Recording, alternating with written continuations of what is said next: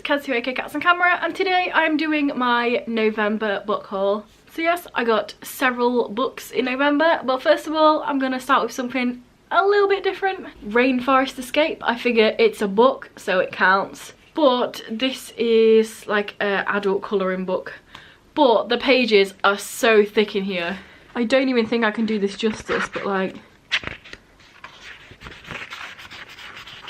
Can you hear the thickness? And also what's cool is some of the pages flick out like that, so they're massive. And yeah, I got this because I also got me some watercolour pens. So these you can use like felt tips normal, but they're actually brushes, like proper brush nibs, and then you can put water on them. And yes, basically I've been watching a lot of ArtTube recently and it's really got me back into doing art, and I picked these up because they seemed really fun. I feel like a real YouTuber now.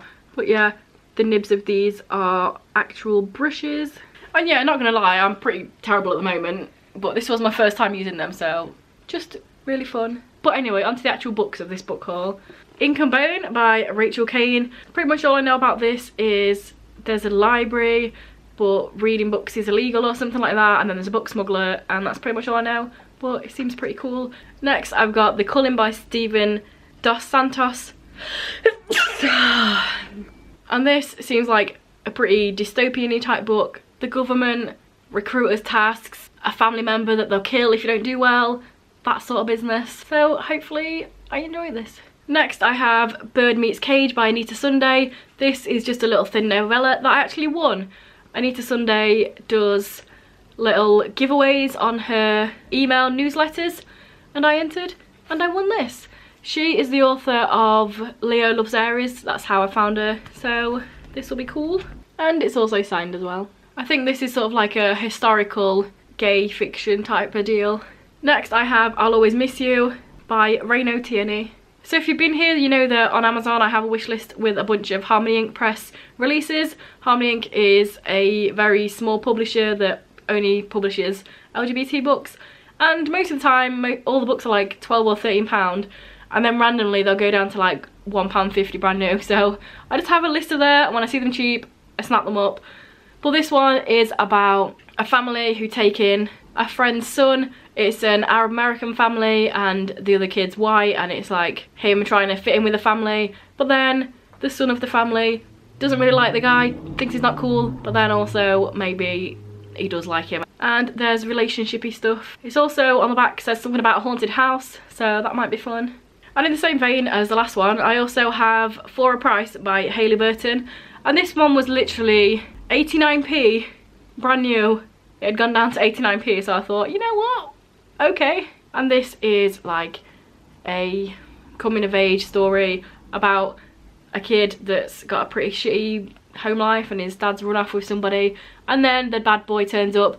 But strangely enough on the back it says that the bad boy is openly gay, which doesn't seem to happen a lot. It's normally like the closeted bad boy or jock or whatever, so maybe that'll be a good twist on it, who knows. And I also have Trust Me by Jeff Erno. This one follows a very religious boy, a Christian fundamentalist, and it has stuff to do with religion, stuff to do with being gay obviously. There's a past abuse situation going on, or that has gone on, that's part of the story. So yeah, hopefully both of those aspects are done well and not hideously. We shall see. I also have Borough Hills by Julia Lynn Rubin. And this is about a guy who has a pretty crappy life, lives in poverty, he's dealing drugs, who wants to get out of all this situation. And then there's a new guy, of course, who seems to like his life. And then, as you can tell, I don't really know much about this. But when I looked into it, I thought the synopsis sounded cool. A mix between The Outsiders and The Perks of Being a Wallflower, apparently. Next I have Boy Meets Hamster by Birdie Milano. I think this one is kind of more middle grade-y.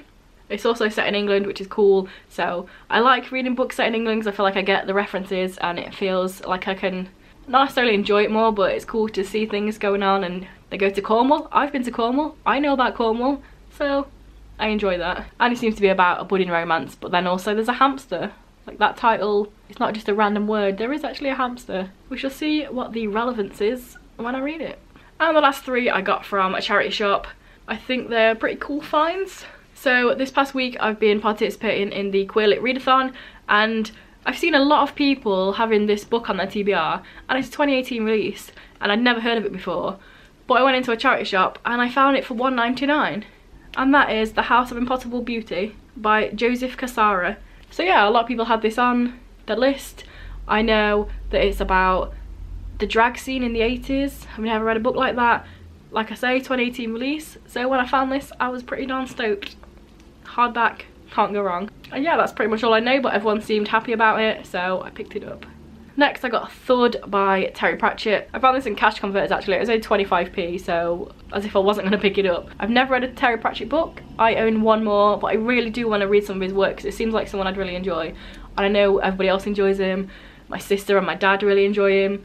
So I know this one's about the guards as well, and my sister's favourite sort of section of his books is about the guards, so hopefully this is one that she enjoys. And last but not least, a few months ago, in August in fact, I picked up this book thinking that it was a standalone because there's literally nothing on the front, nothing on the back, nothing on the inside, and nothing on the next inside to indicate otherwise.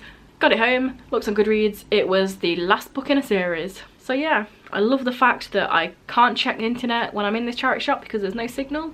But in the same charity shop, a couple of months later, I found the first book, so I thought I might as well pick it up, seems I have that one, and I got another one. Slowly getting there, picking it up, and hopefully I enjoy this series because it's just a random thing that happened, and now apparently I'm invested. The Red Knight by Miles Cameron.